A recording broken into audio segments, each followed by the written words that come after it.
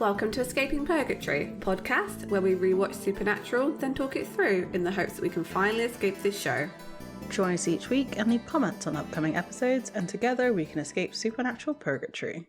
Well, hello. Hello. We're here again. we did. We made it to another week. Yay. So this week we are talking about Season 4, Episode 13, After School Special, written by Andrew Dabb. It also has Daniel Laughlin as a writer on this, and then directed by Adam Kane. Yeah. I think that's the first time we've actually, in a long time, that we've actually given who it's been written by and directed by at the beginning. Usually we do it like halfway through the episode. Like, wait, did we say? I don't think we did. But yeah, so we remember our own format. Surely. We're on it. It's fine. We know what we're doing every week. It's only been like nearly 80 episodes or something at this point. It's fine. It's fine. I mean, I just watched this episode. I quite like it. It's okay. I like it because it's on the John Winchester hate train. I feel like Andrew Dabb also said, yeah, screw you, John Winchester. Yeah, you could. There are definitely parenting choices in this. To be honest, like as someone who doesn't like John Winchester, usually I pick up on that kind of thing. Mm-hmm. This one didn't feel like a hate towards John Winchester, and more just like, well, I guess because it was a flashback episode, so we got to see them as like teenagers. But yeah. I don't know, I didn't catch, like, it was a crappy situation, but I was like, meh. Maybe I'm focusing very much on the recap, because the recap was basically all of the poor decisions that John ever made. Yes. Just condensed into like a minute and a half, and like, it was really good. I did like the recap, actually. Yeah. Like, it was a callback to season 1. I'm like, how have I forgotten so much of season 1 already? I know. It focused very much on Sam and John's relationship, not so much with Dean in that recap. And there's a lot of friction. Yeah. Yeah. What's really funny about this episode is I think I've seen this a few times. I don't know why I've seen it a few times, because it's not one of those ones that you would go out to like watch. Yeah. I mean, yeah, there's the Dean in his outfit kind of thing. But like this episode, I guess it is a very basic episode as well. Yeah. It's very much Monster of the Week. There isn't too much in terms of, like, you could pluck this episode out and just have it on TV, and like you would just be like, oh yeah, it's a Supernatural episode. Like, this could be season 4, or it could be season 1, it could be season 2. Like, it has that flexibility. Yes, yeah. So I guess because it feels like other episodes that we are coming up as well with the flashback stuff. Yeah. Not the Baba Yaga episode. That is in a league of its own. Because they use these two actors for a young, especially Sam. Yes. That Sam actor is used a lot. Yeah, because you definitely could have put this episode season 1, season 2, season 3, and it actually wouldn't matter. There's nothing going on here that is relating to the situation in season 4. It even calls back to maybe some older stuff of like Sam being called a freak. Right. Whereas that's maybe not so much of an issue nowadays. The two actors here that play young Sam and young Dean, I think they're both really spot on. I actually, when I've watched this previously, always thought young Dean, like it doesn't really, he carries himself the same way, but he doesn't really look the same as like a young, I don't think he looks like a young Jensen Ackles. But then his voice is bang on. Yes. I was like, I was like, yeah. Did they dub this? Did they dub this? I don't think they did. I don't think they did. This is why this guy got the job, because it is spot on. The eyes are very similar. Did you see his ridiculously long eyelashes as well? Yeah, that's true. I mean, that you can fake, but I don't think they would have spent the time to put individual eyelashes. Falsies. Yeah. Okay, fine. I think kudos to the casting people. I mean, I've known, look, the work they did of casting like Alex Calver as Jack is just the best casting I've ever seen on television ever, because he looks so much like Misha, it's actually crazy. But then when you go back and you look at these like younger versions of Sam and Dean, I mean, kudos to the actors, especially young Sam, because there's a fairly young kid playing that character, and he has the mannerisms down. Like, yes. Sam has this weird twitchy quality about him. I don't know what that's the only way I can really describe it, but like, Sam doesn't just sit in a seat. He sits in a seat and does like a little shoulder shrug or like a little flick of the hair or whatever that this kid just had down. Like, it was really good. And what's funny is that the forced moments didn't like, it didn't feel quite right. Like, there's one scene where, we're jumping ahead, but whatever, where young Sam is, I do like the transition. There's young Sam, he runs his hand through his hair, and then like the next one is older Sam, doing the same movement. Yeah. I don't really recall Sam ever doing that particular moment or movement that often.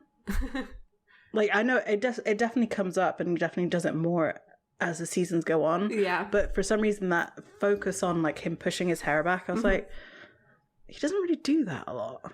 Yeah. See, it's funny because I don't feel like he's done, you're right, I don't think he's done it a lot to this point. But for me, because there's more supernatural to come, that's a very ingrained Sam motion. Yeah. Yeah. Yeah. I just thought the casting was great, actually. I did enjoy that. I mean, I know we're talking about the episode background into it, but there's something they do in the colour shift between the past and the present that was also really good here. I thought that was a really nice choice. That the past is much brighter than the present. Which I think just says something about supernatural generally. What are you trying to tell us? It also helps to age people, though. For like examples, there's teachers who are in the past and the present. And I think that like grey scaling or whatever they've done to it helps age that particular actor, even though he looked exactly the same. Yes. Yeah. I don't feel like there was enough 1990s fashion in the past. Yes, you're right, actually. Where are the low-rise jeans and crop tops? Where are they, Annabelle? Well, was that okay, we have to look at Clueless. Oh, that's true. And Clueless is for, like, richer schools, but still, like, they kind of get a sense of, like, what the fashion was like. And it really wasn't, you couldn't compare the two, not really. No, I love that. Like, as in all things, if you're unsure of what the 90s look like, we must look to Clueless. Yeah. Best film. I love that film so much. I tell you the fashion that it was missing, that for me is peak, not just peak 90s, but peak American 90s, because I don't remember this being a thing in England, is like the strappy dress, but with a t-shirt underneath. Yes. It's come back now, but the plastic choker. Yes, I had so many of those. Yeah, me too. We were so cool at school with our plastic chokers and our butterfly clips. But they'd always stretch out. Like, I don't understand. Like, have they made them better now that they don't stretch out? Or did I just have a fat head? Maybe that's it. Okay, we've reminisced enough. I think let's get into the episode because we've talked around some things. So we brought up the recap a little bit. Like I said, it was a lot from season 1. There was pilot episode, again, poor decisions by John. There was stuff from like something wicked. Again, John telling Dean to look after Sammy. Dead Man's Blood. Yes. Where they had the blow up between the two of them. Where he says, if you told me to stay gone if I left, so I left. I thought that would have more to do with this story, but kind of, to me, it really didn't. No, I guess you're right. Like, I said he was on, like, Andrew Dabbs on the John Winchester hate train, but it really was just the recap, and then he's not particularly mentioned in this episode, other than, like, kind of lurking in the deadbeat dad zone. Yeah. You know? So, yeah, we cut to a school cafeteria. There's like the cheerleading and jock table. So this is a completely foreign concept to us as English kids. Like this idea of, I mean, I don't even remember, like in high school, our high school, I don't remember ever sitting inside to have lunch. I always feel like we went outside. Like we only sat inside when it was raining. That's so true. Then it was like our classroom, our homerooms. Yeah. Most of the schools I've been in, they don't have in like English schools, they don't have like cafeterias like this. No, you literally just go get your food. If you, and even then, like I feel like most people brought their food. Yeah. Like you made like sandwiches at home and then you brought them. Like you didn't really go and buy your food at the cafeteria and then eat it. Even hot food, like I used to, I remember this quite clearly when I was in high school. I used to get pasta, but it like came in like a cardboard carton so I could go and eat it outside. Even in like freezing weather, we would go sit outside. Yeah. Yeah. If it wasn't raining, you went outside. Like, yeah. Because you're away from the teachers, you're away from the other kids, you go sit in your friendship group and chat crap for the like lunch. The lunch break, which is like 35 minutes or something. It was really, really short. It was not very long. These scenes in movies, like I'm like, is this real life? The whole segregation as well. I think this is what it is that, and Americans correct me, because maybe it's just what I've seen in movies. I think sports seem to play such a large part of American school that it like seems to control their whole, from an outsider's point of view, seems to control their whole culture to the point that you can have these like jocks and cheerleaders. But in British schools, barely anybody plays sport. We're all terribly unfit. I mean, and we're also a little bit skewed in our view as well, in that we went to single sex schools. There were kids that were slightly more into sports than other kids, but we wouldn't have like a cheerleading team for them. No. Because cheerleading cheerleading in general is not a thing in the UK, I feel. Again, there are no kids that athletic at our schools. That's very true. Can you imagine any of our year being able to do a backflip? Maybe one kid. Yeah, there's maybe 2 or 3, but they're the sporty ones. They're the sporty ones. Who are the ones who were actually going to play the sport. And even then, it was just like, it makes it even funnier that we had a school rivalry, because it's like, why? Why did we even have a school rivalry? For what? So I was like a nerd goth kid, and I did play some sport when I was younger, because I used to be on our school's netball team, which I don't even know if Americans know what netball is. I don't think so, but we're not getting it. I'm not explaining what netball is. Google it. And I remember we went and played against our rival school, and even that was pretty tame. Yeah. Cannot make a career out of sports in the UK. No. The only way that you do is if you do it outside of school. Like you have to go join like a football club. Yeah. In order for you to, or a rugby club or a hockey club or something. That's the only way that you're actually going to get good at it, is because, but it's an after school thing. It's not a in school time thing. But then I guess our universities they do have sports scholarships, but like they're not a big deal. And they're usually only for rich kids. Which makes no sense. Because they can afford to do the extracurricular sport and get good at them. So yeah. Exactly. We live in a class system, Annabelle, is what happened. Yeah, that's very true. Anyways. we're like not even past the first scene, but there was something about it that I was like, as now like a fully grown adult going back and thinking about like our school system and like what's portrayed on American TV school systems, I'm like, this is wild and weird, and I'm glad I didn't go to school in America. It must be such a culture shock if you had to switch at any point. Where's that TV show actually? I want to watch that. I want to see American kids go to British schools and vice versa. I want to see that swap. Me too.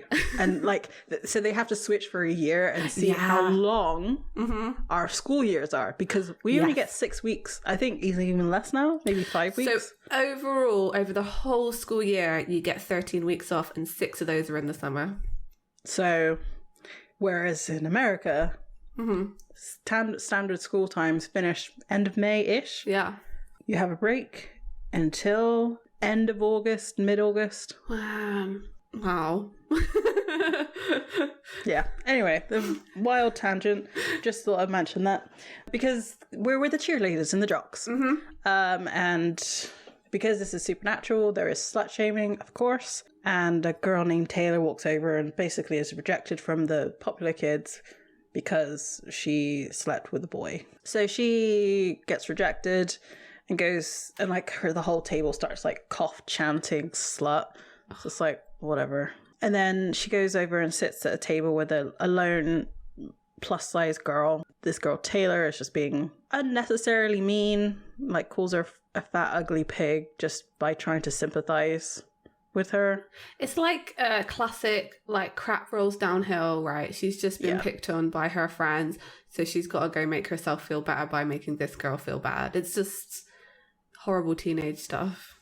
We then cut to, like, a bathroom, and Taylor's in there crying because she's upset that her friends don't like her anymore. And then April shows up behind her in the mirror and, like, basically exacts her revenge by saying, you know, I'm not ugly, and then puts her head in the toilet and drowns her in the toilet.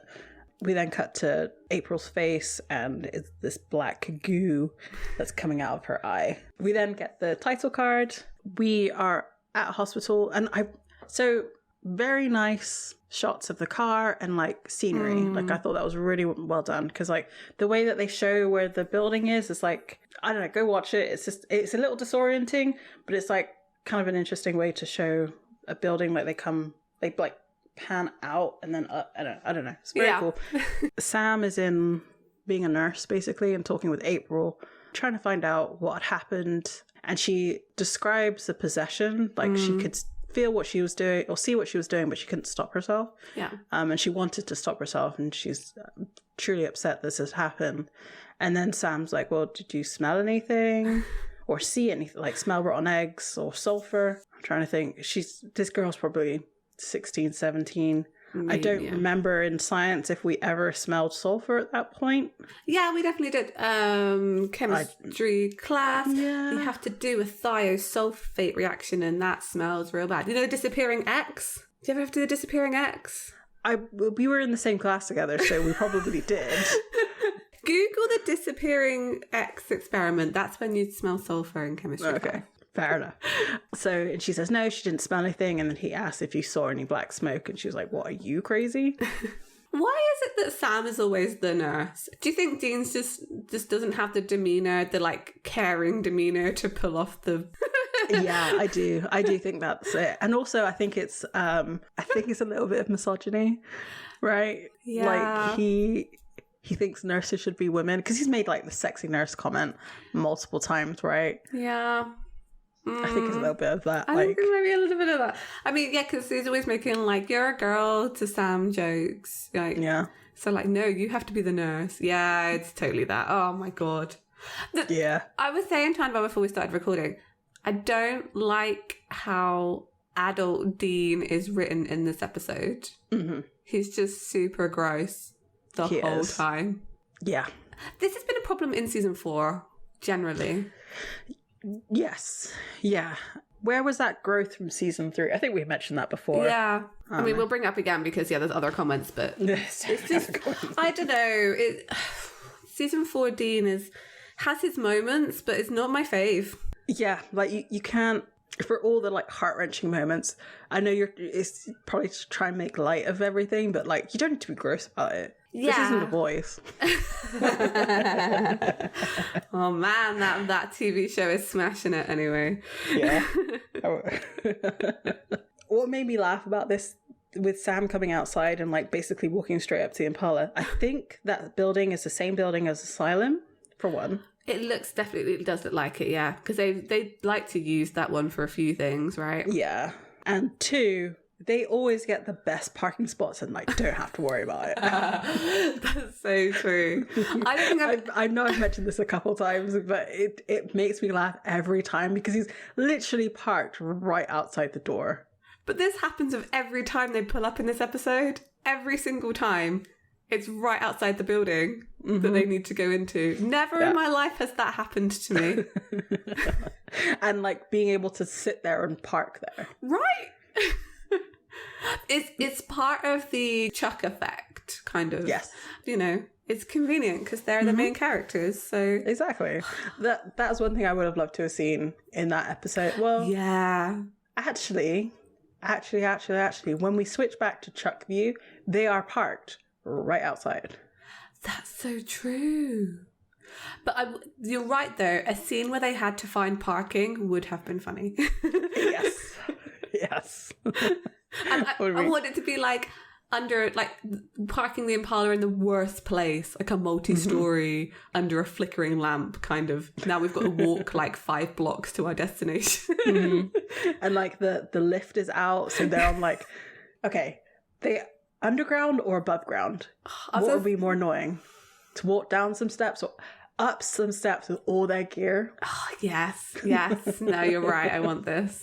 So Dean basically asked for a rundown of what just happened. And it's off to Truman High, home of the bombers. And it turns out that they had gone to that school for like a month. I don't know. I mean, we went there like for a month, 1,000,000 years ago. Why are you so jazzed to go back? I'm not. I just think it's worth looking into. All right, well, what's our cover? FBI, Homeland Security, Swedish exchange students? Don't worry. I got an idea. I get the joke now because they're tall. All right, fair. Oh, I didn't understand the Swedish thing, but that makes sense. Yeah. I don't know why that's a stereotype that Swedes are tall, but... Or is it a movie reference? Well, it could be.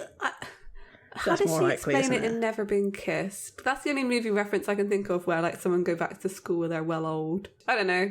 I don't know. Just making stuff up now. It's then flashback and they are arriving at the school as kids, and conveniently you can't see John Winchester. Yeah, right. Apparently Jeffrey D. Morgan was not available, but then again, it's not really about him.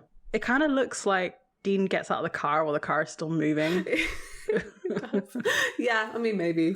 Sam gets out and Dean checks in with him like, hey, you got your lunch, books, butterfly knife, of course. Sam's really disheartened. It's a new school. It's their 3rd school in the year and it's only November, which I get where you can see where it's like a John Winchester hating club, because that really sucks. It does, yeah. Because you're not learning anything, surely. Well, this is it. Like, how are they supposed to stay and get any qualifications? Because surely they'd be learning, like, different curriculum at different times of the year. Like, oh, I can't imagine having to try and integrate it at school and then leave, like, 2 weeks, 3 weeks later. Mm-hmm. I mean, it's sad for both of them because actually they both do want to learn. I mean, Dean doesn't seem that bothered about school in this episode, but there's a comment later on that he makes about getting a GED. So he did eventually get that qualification. So he obviously cared enough to get it, because that's not an easy thing to do. Right. And Sam, we know Sam cares about school because, I mean, he was a college student. Yeah. And not an Ivy League too. It's not like exactly. So it just shows how much harder they both had to work for the things they wanted in life. I guess. I'm guessing it's libraries, and because there must have been times as well where they didn't go to school for weeks at a time. Yeah, definitely. And the internet wasn't really a thing in the 90s. Not easily accessible either. No. Young Dean says, don't worry, this hunt's only going to take 2 weeks and then, we're out of here. We're then introduced to Sam's classroom. He stood at the front of the class, like looking very downtrodden and just like head down, not really causing attention.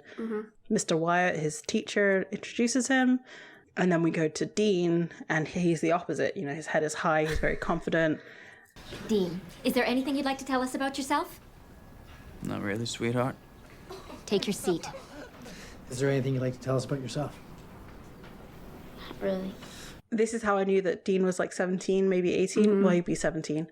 In this is because he's in 12th grade, which is the last grade okay. of high school. Yeah. I mean, I guess if you think about it, like, Dean's had a lot more practice at this because he's been doing this since he was 4. Well, I'm going to get... Actually, Sam's been doing his whole life too. They both had similar practice at this.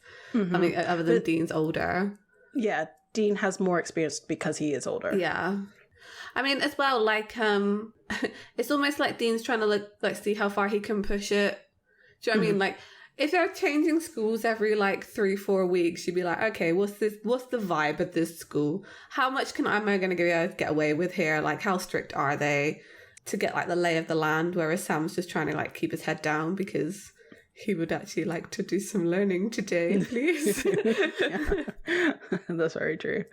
What's funny though is that I do think Dean is the kind of person that would do the homework the night before to help Sam do the homework. This is it. It's all bravado, right? Because it definitely is. I mean, he even gets called out on the end of this episode that everything you do is a front, mate.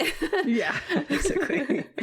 So Dean goes to sit down and he catches the eye of, I think her name's, I don't remember what her name is in this episode, but she's Caroline from The Vampire Diaries. Oh, okay.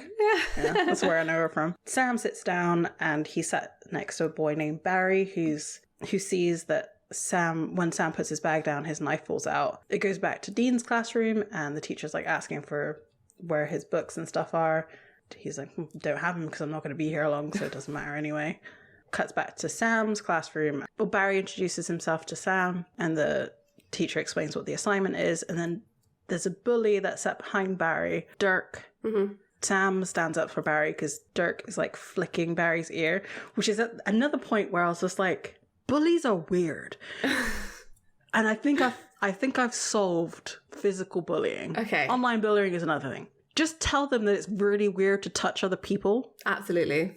And then you fix the problem, surely. This was brought up by, I listened to a podcast called The Guilty Feminist.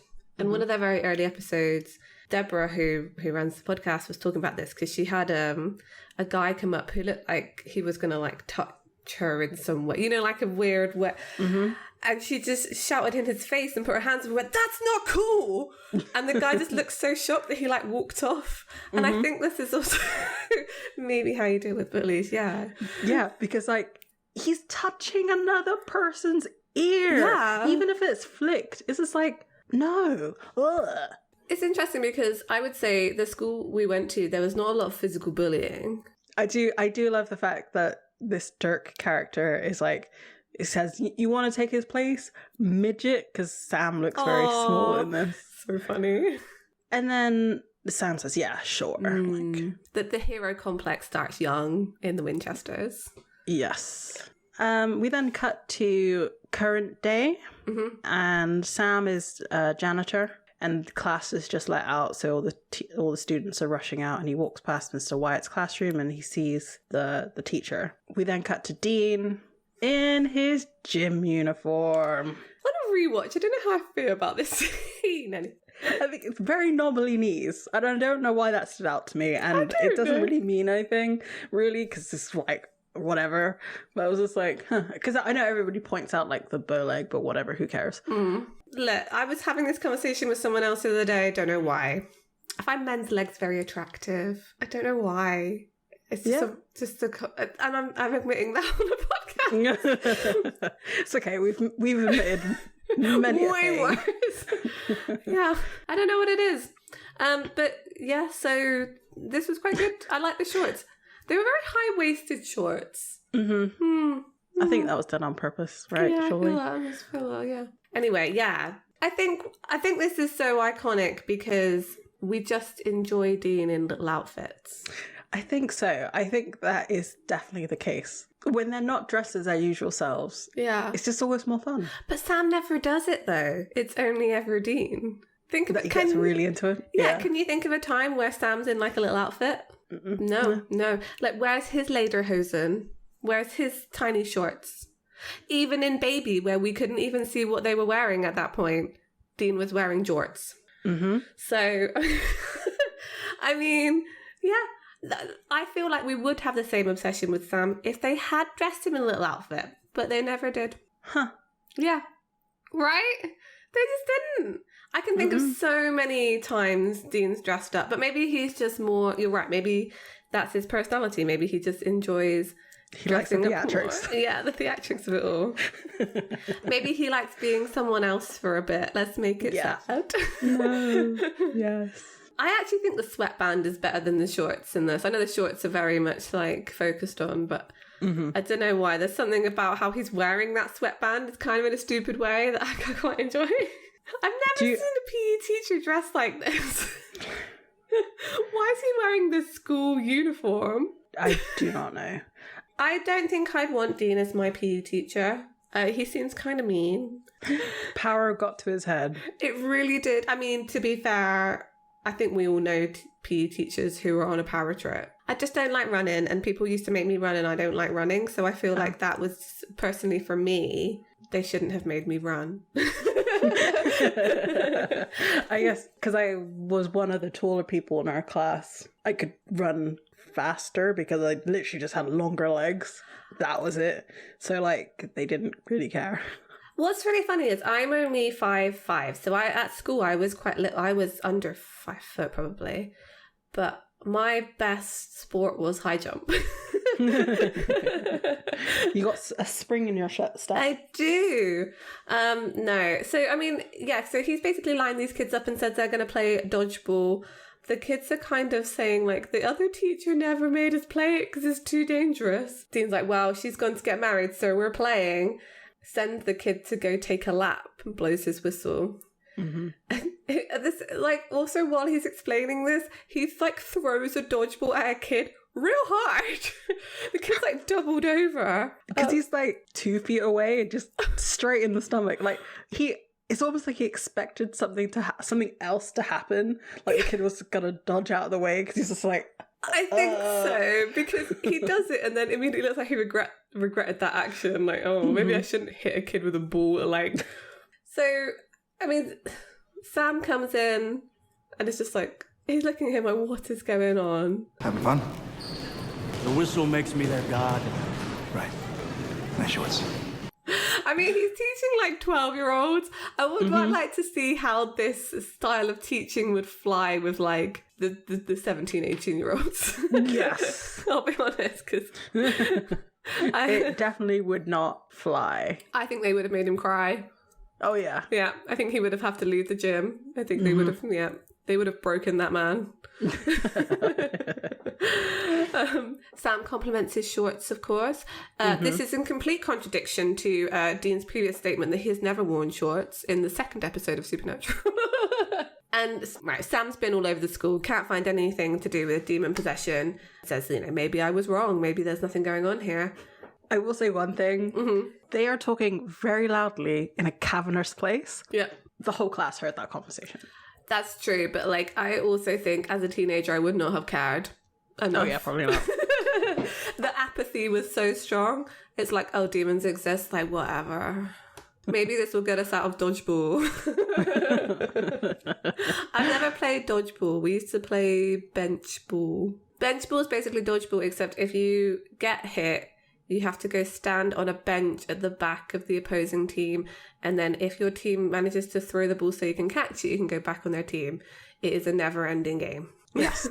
They gave it to us so that we would just entertain ourselves. I think that's pretty much dodgeball, though. It is pretty much dodgeball. I think we weren't allowed to hit people above the knee. Yes, you had to underarm it. You couldn't overarm it. Yeah. Dean's like, okay, fine, let's leave. If there's no signs of demon possession, let's just go. And as he's saying this, and he says after lunch because it's Sloppy Joe Day. One of the kids gets hit in the face with a ball while he's saying this and like runs up with a bloody nose. And Dean just shouts after him, "Good hustle!" It's very much a meme in British schools that any kind of injury can be solved with a cold compress of some wet tissue. So I imagine that's what happened there. Oh yeah, absolutely. Just go and put some cold tissue on it. Absolutely fine. Mm-hmm. Head injury, just put some cold tissue on it. It's fine. Broke your arm, wet tissue. Cold tissue. This was horrible. So we cut to a blender cutting up some lettuce or something. I don't know, it was cutting up. And there's two boys. There's like a jock and a nerd. And the jock is saying that he wants to copy this guy's homework. And the nerd is like, why? Because you're stupid. And then the jock threatens to shove his fist down his throat. And so the nerdy boy gets his fist and he puts it into the blender. And nope, I didn't watch that bit. I don't like it. You could tell that was exactly what was going to happen. Like the blender was open for one. Like surely before you do like home ec or cooking class, which we call it food tech, you're taught the basics of how to safely use the equipment. I don't feel like they would have trusted us with blenders. I remember what a big deal it was to use a sharp knife, and I don't feel they would have trusted us with a blender. These kids are the older kids, though. Yeah, that's true. I didn't do food tech in high school. And so, yeah, obviously blood goes everywhere. All the kids run out except the like nerdy kid, and Sam runs in to check he's okay, and we see black ooze coming out of his ear, and the kid like wakes up like, what happened? So, yeah, we see Sam and Dean in the hallway. Sam says to Dean, how's the non-violence assembly going? So, I like the idea they're just having an assembly about this. Like, stop hurting each other, please. Apparently shoving a kid's arm into a Cuisinart is not a healthy display of anger. You know, Sam's explained to Dean that it's ectoplasm, so it's a ghost possession. And Dean's like, it's pretty rare. But we've seen it before, and they've seen it before. Couple times. Yeah. So, you know, Sam says there's no EMF, so can't find who is in the building. And Dean says that he's already broken into the principal's office and got some records. He says here, FYI, 3 of the cheerleaders are legal. Guess which ones? And I love Sam. She just goes, no. Sam has always got the he's never makes a high school girl joke. Yeah. Ever. Well, so far, and I don't think that changes. No. And I do really appreciate that. They can shut it down. I like it because Sam's kind of like, he calls out Dean's crappy behaviour. He's like, stop acting like we're in some kind of like terrible high school movie and like get serious. Mm-hmm.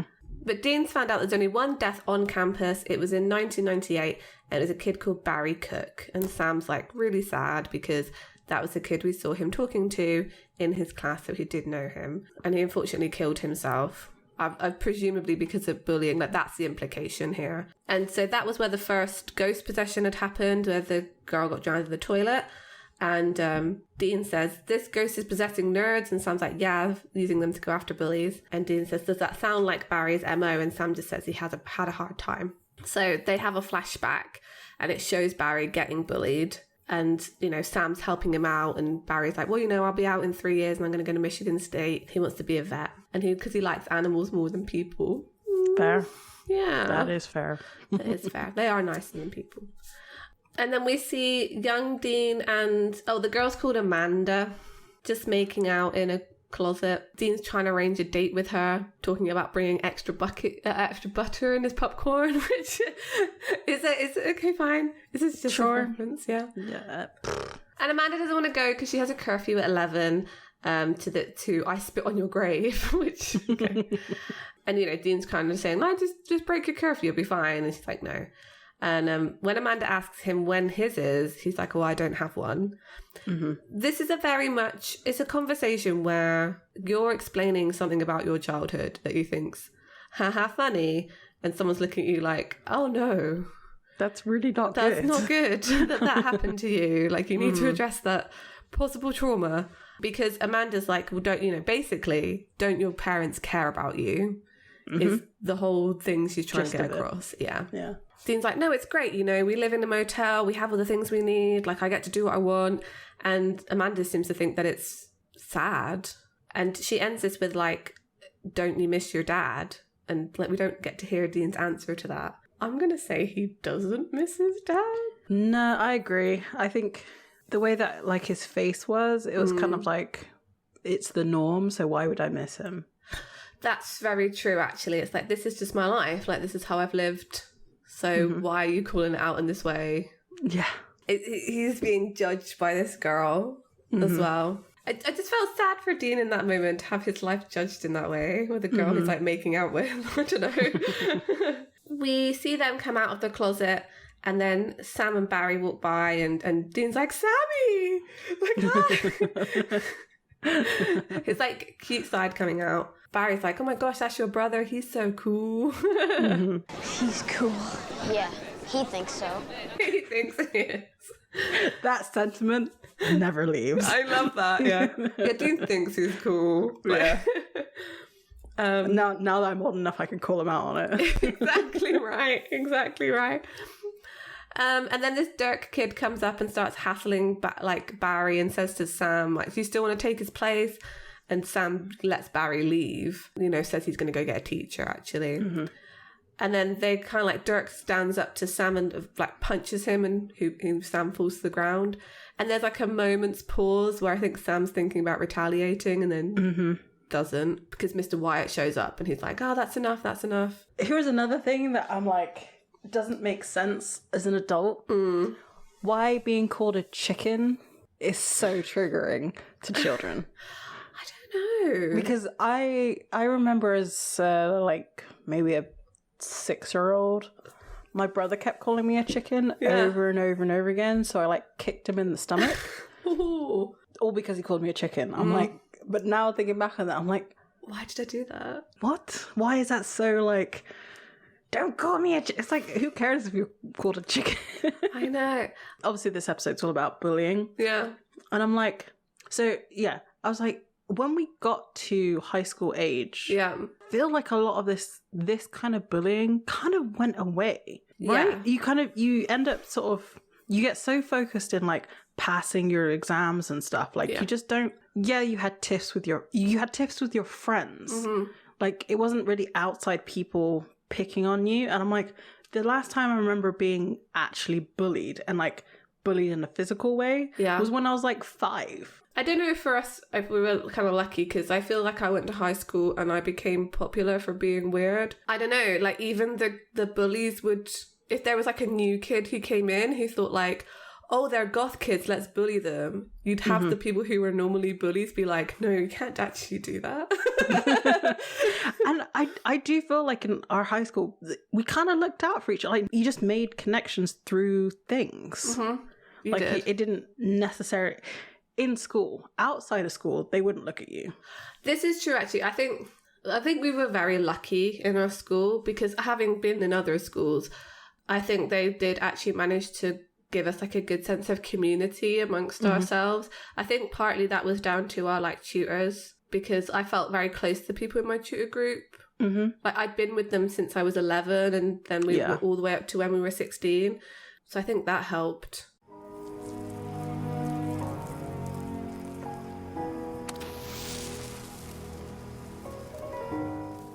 So we cut to a graveyard at night and we see a salt and burn, presumably Barry's grave. It's they literally, I don't know why they didn't just do this. They could have just filmed one salt and burn and just put it throughout Supernatural. Just use that same footage. I guess that they would have to do what? Well, the thing is the hair, right? Because Sam's hair is ever growing. Yeah, the hair would change. I mean, they could have just CGI. You could have put one of those green things on him and just CGI'd his head and just made the same salt. It would have saved them so much money. We could have had a 16th season on that budget. Well, we've seen the CGI of this season. That's true, it's bad. But yeah, it's very typical. I like how Dean does a match and then just burns the whole book of matches and throws it in. I've always wanted to do that with something, but I can't think of an actual legitimate reason to do it. Barry's been burned, so hopefully this should be over. They just assume it kind of is. We see the Impala and Sam and Dean are having a chat. And I should just cut that out and paste it in at the appropriate moments because it happens so often. They're in the car after a job. They talk ish. Yeah. Sam's kind of sad because Barry was his friend. No matter how briefly they had a connection. Yeah. Sam's feeling kind of guilty as well because he feels like if they had been able to stick around more, maybe he could have been his friend. Maybe he could have helped him out, stopped him from getting bullied, and maybe he wouldn't have died. And Dean says what he really should be saying, which is, look, this kid had other issues. It's not your fault. It's very tragic, but it's not actually not on you here. You don't know if you could have changed anything if you had stuck around. Exactly. It's tragic, but it's not your fault. To tell you the truth, I'm glad we got out of that town. I hated that school. It wasn't all bad. How can you say that after what happened to you? But then what actually happened to Sam? I mean, I'm guessing the implication is he did get bullied more. Well, yeah, so the way I read that was like Dean remembers like the bad of it all. Oh, yes. Like, so I feel like this flashback is like what Dean remembers. Yeah, that would make sense because we don't actually know who this perspective is from. I assumed it was Sam, but then we do see... It definitely is. I think it is definitely Sam's perspective, but like Dean has a very selective memory and like he just remembers like all of the bad. Yeah, that's true. Because yeah, we see Sam and Dean is like mad because obviously Sam's told him that he got hit by this kid. He doesn't show a mark on his face, but I imagine he would have a mark or something that Dean would have asked about. It would have kind of made sense. It would have also made sense as to why Dean was so worried as well if John might see it and be like, why weren't you protecting Sammy? That kid's dead. Dean. I'm gonna rip his lungs out. It's not a big deal. Not a big deal. Sammy, look at yourself. If Dad was here... He's not. Well, I am. And as soon as I'm finished with that dick... Just shut up, okay? Dean's kind of questioning, like, why didn't you retaliate? Like, you can look out for yourself. Like, we taught you how to fight. Sam says it's because I don't want to be a freak for once. I want to be normal. So taking a beating, that's normal. And then Sam just changes the subject. We weren't supposed to be here this long. At least you got Amanda. She's cool. Dude, she wants me to meet her parents. I don't do parents. And I thought about it, like, I don't think he's ever met anybody's parents. I don't recall that being a thing with Lisa. I mean, it must have happened. They were in a relationship for a fairly long time, but they never mentioned it. That's true. I mean, maybe Cassie. I think they kind of met one of her relatives, right? Can't remember what that lady was to her. Was that her mother or her auntie?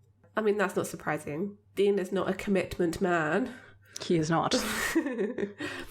So we're still in the flashback, and we're in Sam's classroom of Mr. Wyatt, and he asked Sam to come over to talk to him. You know this assignment was nonfiction, right? Yes, Mr. Wyatt. So you and your family killed a werewolf last summer, huh? I knew it was a ghost possession, and I knew it was going to be who it's going to be, but I kind of wished it was like the teacher was something in some way, like one of the older supernatural creatures that's like, oh no, there's a hunter in the school. And that's how they could have explained, like, wait, you haven't aged. And Sam says, it doesn't matter. As soon as my dad comes back, we're leaving, so you can flunk me if you want to. And Mr. White said, no, I'm not flunking you. I'm actually going to give you an A. Aside from a werewolf, is this really how you describe your family? Which I would have loved to have been able to know what that was. I thought he was going to go more into it. I know. I wanted to know this too. To see what young Sam's perspective of John is at this point. I feel like Dean, because he describes Dean as quite a character, right? The teacher. So I feel like there's kind of a bit of hero worship there for Sam. Yeah. But at the same time, he thinks he's cool, right? There's kind of like, he thinks he's cool, but I actually think he's great. I can see that coming through. For John, he just calls him driven, and that was him being polite. The teacher, like Mr. Wyatt, being polite, because he says, "And your father seems driven." Obsessed bastard.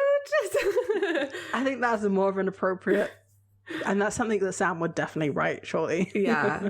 I mean, if you imagine they're on a hunt, so the kind of interactions that would have, like, conversations they would have had with John about how that went about, I can kind of imagine the impression that this teacher got of John.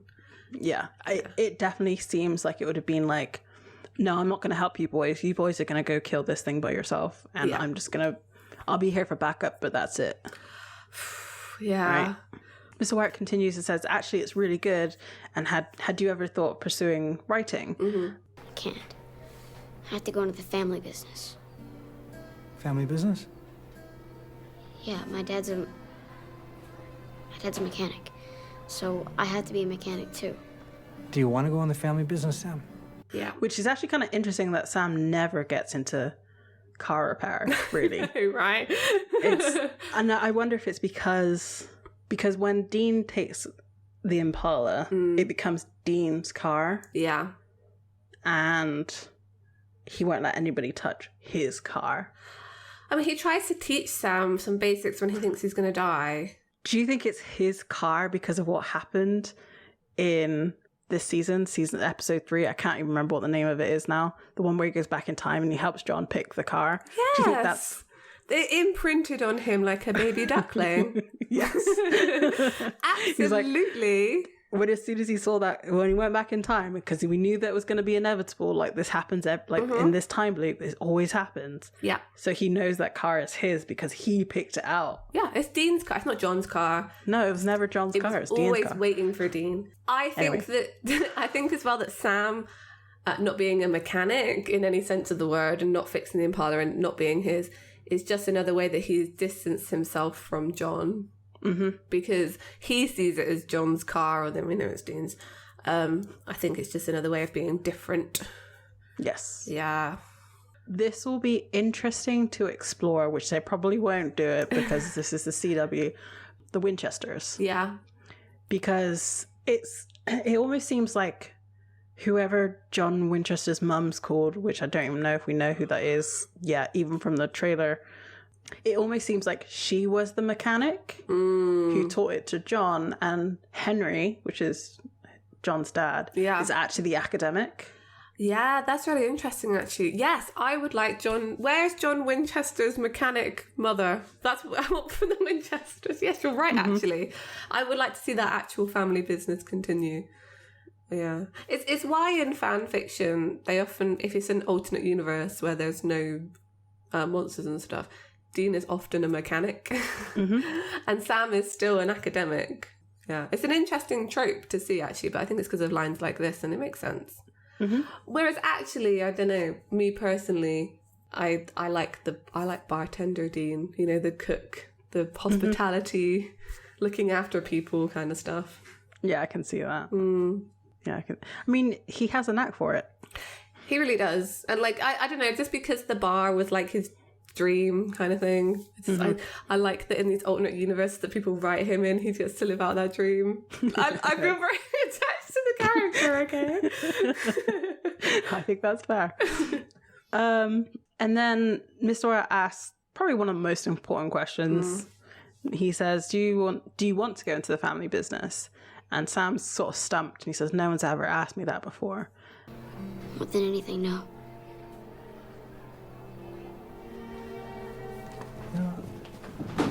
I don't want to overstep my bounds here, but you don't have to do anything you don't want to do. He explains his backstory of he comes from a family of surgeons, and he gave up being a doctor to become a teacher. Maybe 3 or 4 big choices that shape someone's whole life, and you need to be the one that makes them. What he just decided in that last episode was one of those choices, and that's a good point. I was going to say, I don't really think Sam's got to make many of his own choices in his life. But you're right. The last episode was a choice that Sam has made, although he's been pushed in a certain direction. The only choice he's ever really made for himself was going to law school. Yeah. And it was probably from this he kind of confirms it was from this conversation. Exactly. So they go back to the school, like it's now present day, and they go back to the school so that Sam can go talk to Mr. Wyatt. Dean's like, okay, whatever, go have your Robin Williams, oh captain, my captain moment. I've never watched that movie. I know exactly what movie they're referencing, but I have never watched that movie. So he goes into the school and he's walking down the hallway, and then a girl comes up to him and says, where's the classroom? And even though he was at that school for maybe 3 to 4 weeks, he knows exactly where that classroom is. I mean, he also was a janitor, so I guess he remembered the layout. And then she says thank you, and then stabs him in the chest. Yeah, just like out of nowhere. I was like, oh, that's not good. And then like kicks him in the balls. Yeah, I feel like a bigger deal is made out of her kicking him than her stabbing him. Yes. I mean, was it like maybe a pocket knife, so that's why it wasn't like very deep? Oh, but even maybe. Still, it's true. But like, yeah, I feel like they've never mentioned again in this episode that he just got stabbed. Yeah, like he just seems to like walk that off. And then the woman says you got tall Winchester, so that's kind of an indication of like this ghost knows who he is. Sam falls to the ground and like faces towards the camera, like has a flask of salt because of course he does. Pours it into his hand and then like choke holds the girl and shoves salt in her mouth. Yep. And the ghost like depossesses her. Yeah, depossessed is a good word. No, I like that. That's absolutely fine. Exercises the ghost. I don't know why I couldn't think of what the word was, but whatever. It's out there now. Pushes the ghost. Yeah. Yeah. They're dead in the woods for some reason. That ghost is dead. I'm gonna rip its lungs out. Obviously, it wasn't Barry. They missed something, and they need to go back. As Dean is talking, he's like looking at like a roster of some kind. He says, check it out. And I hate the way he describes these 3 people. It's really bad, actually. It's really bad. It's really bad. Like it calls the Martha Dump Truck, Revenge of the Nerds, and Hello Kitty. I'm like, oh, I feel icky. I feel icky. No, again, Adult Dean, season 4 is not it. No. They do eventually stop writing him like this, and Andrew Dabb stops writing him like this, but why has he got to be so gross? And this is like a fat-shaming, kind of a bit racist. Yep. Yeah. I don't like it. It's not good. No, not at all. But they all rode the same bus. So the bus is the one that's probably more than likely haunted. I would just like to say, me and Sam on the same vibe, because he says, Dean, there's lore about spirits possessing people and riding them for miles, and whenever they leave the body, they're bungeed back to their usual haunt. The cosmic bungee. Yes. So I like the idea that like a ghost can just possess you and then just walk around as you, but then you get to a certain point and it just goes like, whoa! It's like, have you ever done those inflatable things where you get like a strap around your waist and it's got a bungee cord and you have to try and get to the end? So you have to, so like that. But then you kind of almost get to the end and then you go like flying backwards. Yeah. That's exactly what it is. Exactly what it is. And we kind of did see that in the visuals of this when the ghost was exorcised. We saw the cosmic bungee. Yeah, we saw the cosmic bungee. So they get onto the school bus and they're using the EMF. It's not clean, but there's no real kind of ghost. And I love that Dean like gets his shotgun and like bangs the top of the school bus. It's like, ghosty, ghosty, ghosty, come out. Here, ghosty, ghosty, ghosty. Come out wherever you are. So again, Andrew Dabb and Jeremy Carver, those two are the ones who write Dean the worst with these like, I agree, gross lines. But Jeremy Carver has better one-liners for sure. Yeah. But Andrew Dabb's coming in with some good ones. Yeah, he adds a lot of comedy to Dean's character that wasn't necessarily there in the beginning. Sam's like, I don't get it. No one never died on this bus. And it's not like there's a body hiding in here. I honestly thought they were going to like lift up the floorboards and like find a body or something. I was like, even though I knew where this story was going, I was just like, no, let's just find around a body. Dean that says, well, it could be a flash of skin, a hair, I mean, even a hangnail, which is like, yeah, okay, that's not actually, I don't think it's that small of an object that... Just like lick the bus window once and like haunt it. Exactly. Start licking everything so you can haunt things. Dean looks into like the glove compartment of the bus and finds like a new driver's permit that was only issued 2 weeks ago and it's just before the first attacks. And the name of the driver is Dirk McGregor. Of course, Sam's like, I knew his son. He said, did you know everyone at the school? Yeah, he did actually. Sounds a sociable lad. Sociable lad. Like a wee little lamb. We come back to the flashback and school's letting out and Dirk pushes Barry down. Sam approaches and says, leave him alone. They get into another fight. This time, Sam does retaliate and beats the ever-living snot out of this kid. Yeah. Like, really, really badly. And then when he gets kind of laid out, Sam taunts him and says, you're not tough, you're just a jerk. Dirk the jerk. So all the kids start chanting Dirk the jerk, and he runs off crying. This next scene, I have problems with. Maybe I do have some resentment for the bullies of my childhood because I do not like redemptions for this. I don't like the redemption for this kid. Like the reason why I'll go through it and I'll talk more about it. They're back in present day and they're at Dirk's father's house. Also Dirk. Sam says, well, I knew him in high school and Dirk didn't have many friends. And they were asking like, when did he pass? And he said when he was 18. He had suffered from drug and alcohol abuse, rather. The father blames himself. He says, he slipped through my fingers. It was my fault. I should have seen it coming. And he says school wasn't very easy for Dirk. We didn't have much money and the kids could be cruel. They picked on him. I know you had said it earlier, like it was crap coming down the hill, right? Yeah, exactly. Like it all rolls downwards. Yeah. I don't like this message of like, oh, I do like this message and I don't like this message. You don't know what other people are going through, but you shouldn't take it out on other people. He saw that this Barry kid was worse off than him, so he took it off and hit out on Barry. And then when someone stood up to him, other kids were then cruel to him about it. It's just like, okay, then don't be the jerk. Yeah. I mean, kids are horrible. Just say that. So like, especially in an American school setting of what we've seen, like it may not be true that this is what actually happens, but by the sounds of it, it was name calling. I just feel like there is actually no excuse for bullying. I actually have great sympathy for all the kids because, like, you know, it's really hard being a teenager. It's especially hard being a teenager if you're living in difficult circumstances. So I do understand why kids bully other kids. It's like a control thing. It's something you have control over in your life, where maybe you don't have that in your like everyday life. It's something you have at school, but it still shouldn't be that's not a good enough reason.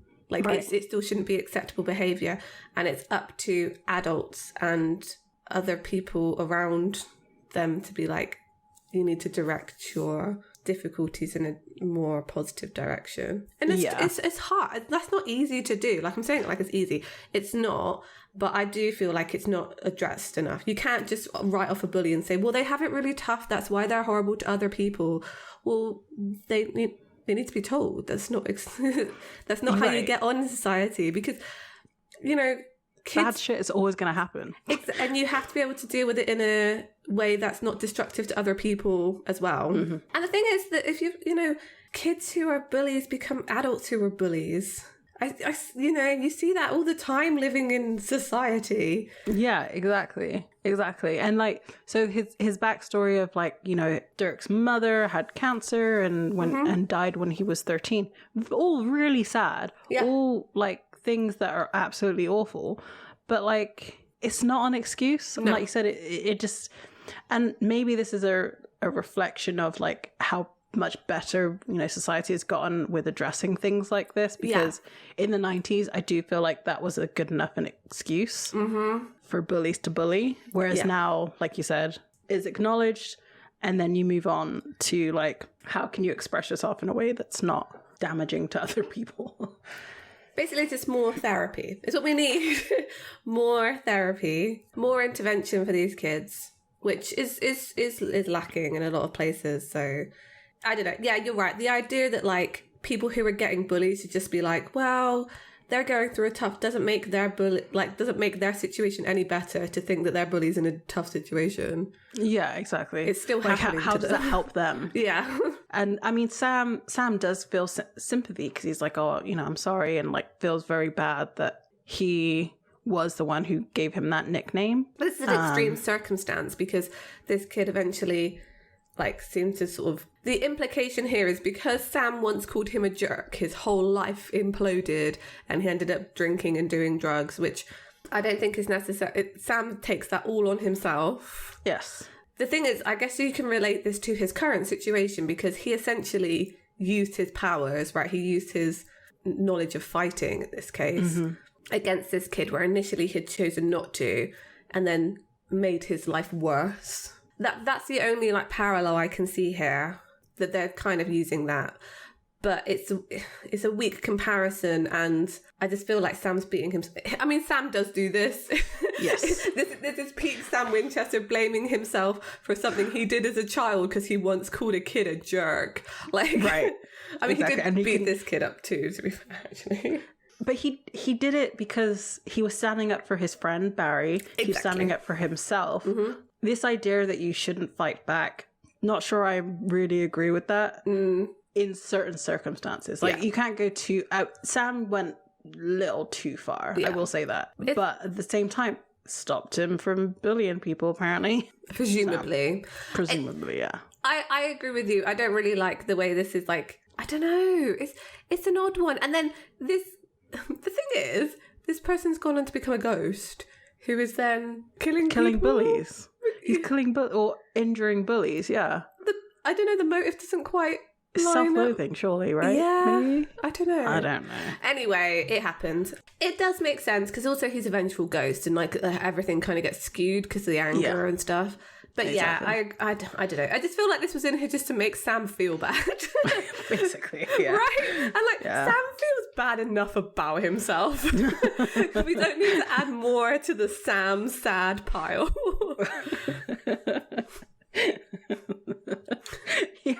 He already has angels that don't like him. He doesn't need a childhood, like something that he hasn't thought about probably in years. Yeah, just come around. Yeah, that's fine. Just shovel some more childhood trauma onto Sam. He can take it. Exactly. Anyway, they ask, Dean says, "Where can we pay our respect? Where was he buried?" Dirk was cremated. Mm-hmm. Dean just says all of him, like as if that's completely normal. The thing is, he gets an answer because he asks it so directly. Yes, that's very true. Like I guess it's such a shock because the father says I kept a lock of his hair. Yep. Dean asks where, like as if that's a normal thing. Yep. He says on the bus in my Bible. Mm-hmm. We're then on the school bus at night. There's a driver on there, and the coach is like, "Oh, thanks for driving us." It's like the football team, whatever, sports team. Sports, go sports. Sports team. And we see that the driver, Eddie, is actually under possession because we see like black ectoplasm come out of his nose. They did something that, again, would have been helpful in other situations. I think of Route 666 in this situation. They have a spike strip. Yeah, one of those police... What are they called? Spike strips. Okay. I thought they have a different name. They probably do, but I know what you mean. I know them as a spike strip. Yeah. And it bursts all the tires, and the bus swerves and comes to a stop. Sam comes in and like pulls the driver out of the bus. Mm-hmm. Like I can't imagine being a student on that bus and being like, this random giant just comes in the bus with a shotgun and pulls the driver out of the bus. Terrifying. Absolutely. And the Dirk says, Winchester, what are you going to do? Shoot me? Dean just like scurries up and throws a rope over him. I'm just saying, this proves my theory that salt water works. Yeah. Also, if they had a salt hula hoop, this would have worked much better. He could have just whooped over the top of the ghost. That's true. Yeah. And that's to their detriment. If they'd had that hula hoop, some of this wouldn't have happened. That's true. That's very true. So the rope is soaked in salt water. Dean goes into the bus to make sure that everyone's okay and looks for like the Bible. Mm-hmm. Someone on the bus says, "Aren't you the PE teacher?" And he's like, "No, I'm 21 Jump Street." Nobody seems to get that reference, which I think is kind of funny. I don't think the new version had come out yet. No, I don't think so either. But like 21 Jump Street was pretty big. I didn't know it before the new version had come out. Mm-hmm. Yeah, anyway. So the Bible's not on the bus, or the hair is not in the Bible. Mm-hmm. Dirk is like, "You'll never find it." Sam levels the shotgun at him. Dirk says, "Sam Winchester, still a bully," which is like, really? Not really. You jocks, you popular kids. So yeah, he's going after a type of person. And it's so funny because Sam and Dean are like so far away from that, like so far away. I guess is they're playing into the moral of like you never know people's circumstances because this person thinks that they are popular bullies, whereas actually their circumstances are probably, I mean, we're playing the like comparison game here where you shouldn't, but like even worse than his. I'm not evil, Dirk. I'm not. And neither were you. Trust me, I've seen real evil. We were scared and miserable, and we took it out on each other. Us and everybody else. That's high school. But you suffer through that, and it gets better. I'm just sorry you didn't get a chance to see that. It's like, yeah, we know you're not evil, Sam. No, I know, Sam. Release this childhood, like, release the blame. Well, and also what's happening right now, like, you know, as a rewatch people, we know. Yeah. As a first watch people, you don't know why he's so... I mean, he's also had, like, the freak thing with the psychic powers and coming from a demon sort of makes it automatically evil. So he's like, no, I'm not evil. This, yeah, okay. This line is true. That's high school. Yeah. But you suffer through that and it gets better, which it does. It does. It does get better. And I don't know if we do have anyone in high school age listening to us or younger. It does get better. It will take time. It may not get better for a long time, but just keep working on yourself and it will get better. School is such a weird experience that it's just not like the real world. So weird things happen there that would doesn't fly in the real world, and Exactly. it's a strange situation. He says, I'm sorry you didn't get a chance to see that, you or Barry. Which is true. Like, so they were both self-destructive, right? Yeah. Unfortunately, Barry took his own life. But so did Dirk through alcohol and drug abuse. So it's just get help if you need help. There is help out there. Get it if you need it. Yeah. Get it if you don't feel like you need it. Yeah. Everybody needs help. You know, with the twisting of an angry ghost, he says, you know, nothing is going to get better for me, not ever. Which, yeah. I mean, he's a ghost, so yeah. Yeah. Very vengeful. One that's strong enough to possess people. Strong enough to break out these ropes that should have been a hula hoop, so you know. Should have been a hula hoop. Yeah, that's very true. And they start to fight, and Sam's like, find the hair! I can't imagine being sat in the bus and just hearing this random, like, fight happen and someone yell, find the hair. Yeah, all these kids are just, like, sat there, let's like, yeah, whatever, man. This is normal. Yeah. So they manage to expel Dirk from the driver, but he then takes over another student, comes out and starts wailing on Sam. Dean goes over to the driver, Eddie. It's like, hey buddy, this isn't what it looks like. So he's like trying to like go through his pockets and stuff. Yeah. It turns out that the hair is in the boot of this guy. Yeah. He gets out a lighter and sets the hair, like he can't get the lighter working. It's such a good shot. I don't know what was going on with his face in that scene. He was just like so worried. Oh my god, I can't do it. The lighters are working, guys. My little brother's getting beat up. He finally like burns the hair, and it's quite a cool shot of the ghost coming out of him and like burning as it's expelled. Yeah. It's very cool. Kid just like flops on top of Sam. He's like, oof, oof. And then Dean's line of like, here, he's giving you the full cowgirl. It's just like, what? It was a throwback to the beginning of the cheerleaders, because apparently the girl who had been bullied had been doing the reverse cowgirl. So they're comparing Dean to some bullying cheerleaders. I don't know. It was weird. This was a big guy though. Like, if you think about how big Sam is and how big this guy is, yeah, he was a big dude. Well, so the guy is like, his knees are by his like chest. Yeah, that's true. So that's kind of looks bigger than he is. Yeah. That's what he said. So we go back in time again, and we know because it's all orangey, as it has been this whole time. And we see Dean, a young Dean, kissing a brunette who is definitely not his current beau. I want to say girlfriend, but like not really, right? No. Current person. And he says like 5 more minutes, Jerry, which I guess Jerry's like a lookout or something. I don't know. Yeah, I guess so. But Amanda opens the door and Dean pretends that they were studying for a history test, but I mean, come on, man. Yeah. And he's even like, come on, baby, she means nothing to me. Dean, you've been watching too many movies. Who are you? Do you think Dean, like young Dean, used to prepare for going into a high school situation by watching high school movies? Yes. And then just act like how he wanted to be? Yeah, I see that fully, 100%. Yep. It may not have even been high school movies. It was probably like, he probably watched Grease many a times. And like Footloose. Oh yeah, Dean has definitely watched Footloose. Yes. That's canon in my mind. But yeah, or it comes from like, horror movies and things and stuff like that. But yeah, he's 100% putting on an act the whole time he's at school. Yeah.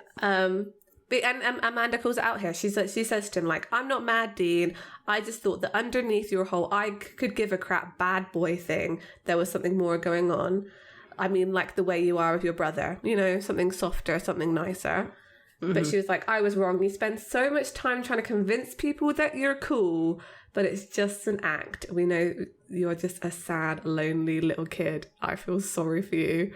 This girl just stuck the knife in and like twisted it. I mean, if there's ever been a more accurate analysis of Dean's character, this is Amanda had it. Amanda solved this Dean Winchester issue in this episode. It's so true, and this is still true when he's an adult. He's the bad boy. He drives a cool car and he fights monsters, and no one's ever gonna know that he's terribly insecure inside. Apart from maybe his angel buddy. Yeah, exactly. I mean, sometimes he lets Sam see him cry. That's true. It's just, this is Dean. It's Dean. Sad, insecure, very lonely. He puts up a front of women, cars, and beer. Don't feel sorry for me. You don't know anything about me. I save lives. I'm a hero. A hero! You can't just make someone see the front that you're trying to put up. Yeah. You might think that's there. I do think Dean does see himself as a hero, but it's something that he doesn't get recognised for by civilians because he can't tell them everyone monsters exist, right?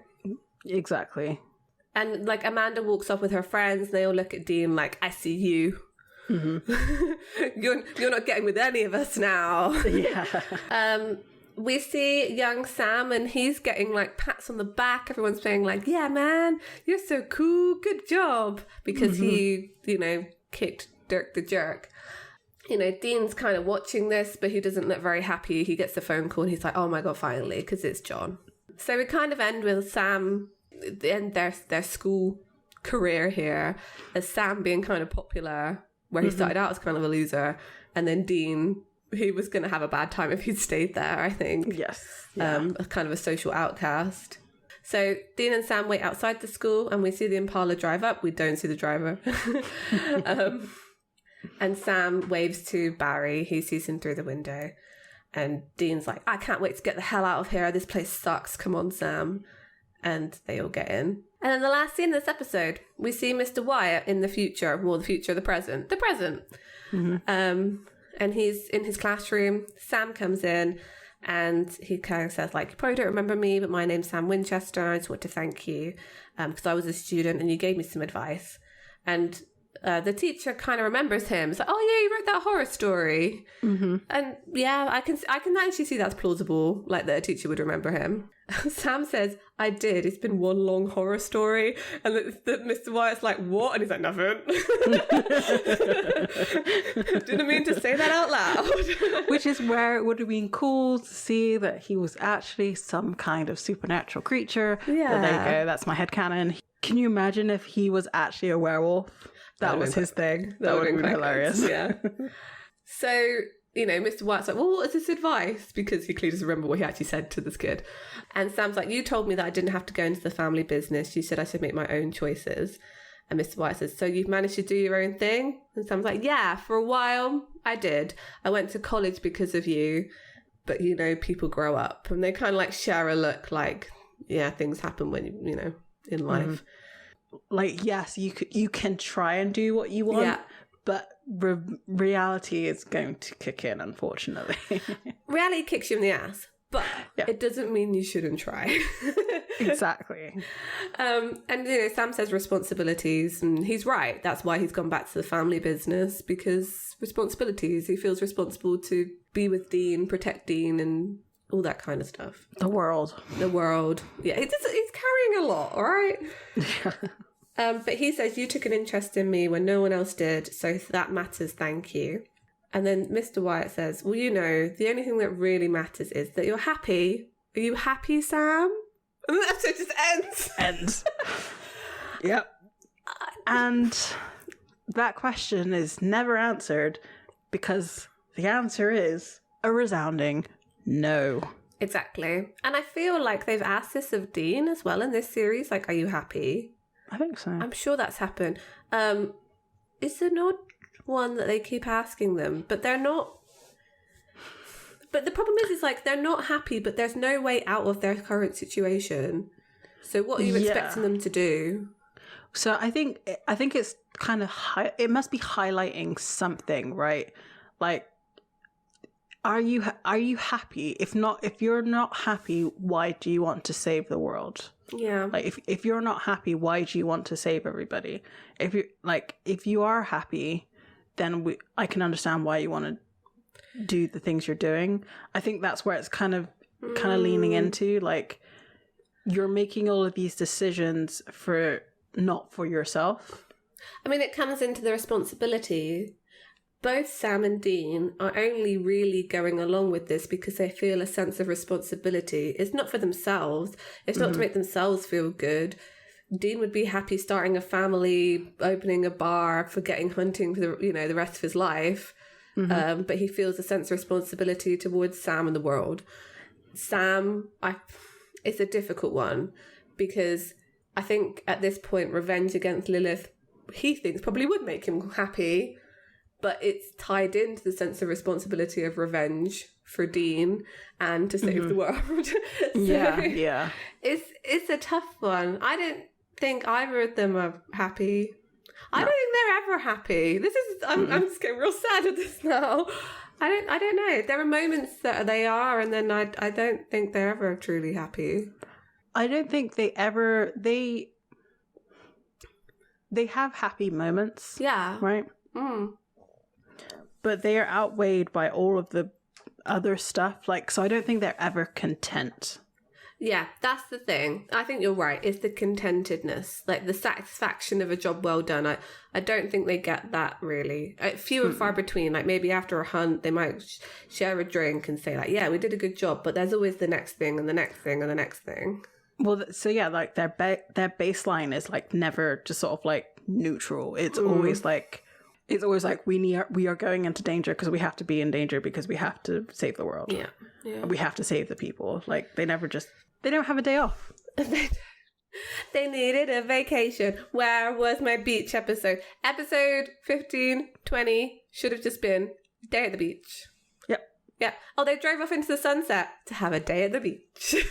And they got stung by a jellyfish and died. There you go. That's what happened. Oh, I forgot to mention this. Yes.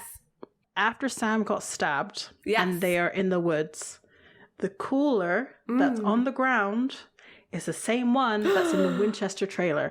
So your theory of that it's an in-between events, I think is actually correct. I think I'm right. Oh, I hate this. Yeah. Okay. It is what it is. The cooler ties it all together, guys. Add it to your pin board, add the string. I mean, overall, I like this episode. It's a nice filler episode. It gives us a little bit more background into their childhood. It's kind of stuff we knew already, but it just adds a little bit more. Yeah, it's nice for it to like actually play out on screen. Yeah, because like, if it's not on screen, is it canon? Well, now it is. Exactly. Like, you have to take away the implication and be like, oh, okay, yes, this is actually... I mean, even just knowing they, like, go to school and stuff, I feel like wasn't really known before this, that they actually cared about their education. Because, to be fair, in this episode, there's no real reason for Dean to be at school. He could just be, like, bunking off. Like, why is he there? Other than maybe... He's there for Sammy. Yeah, he's there for Sam and probably also to not get in trouble with John. But, yeah, I think he still cares about his education too, as does Sam. It's just stuff we didn't know before this episode. Which, again, is like, why would it be nice to have some of the filler episodes really be a day at the laundromat? Oh, man, day at the laundromat, day at the beach. Let's just write these. One more. I want one more. I want day at the museum. Or at the zoo. Yeah. They should have gone Dean to getting the freaked zoo. out by all the animals. I'm like, what? Sam really liking bugs. It could have been a bugs throwback.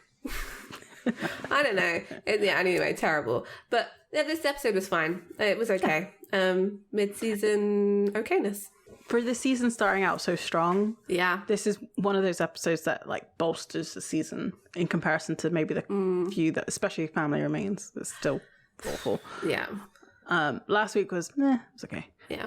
This one was a better was like, We're going through a stretch of filler episodes at the moment, but it did give us Dean in gym shorts, and for that I feel we should all be grateful.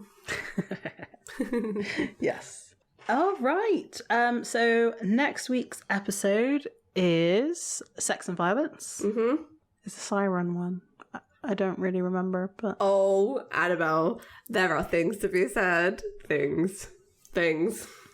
All right. It's Catherine Humphrey's episode, so... Yeah, there are things.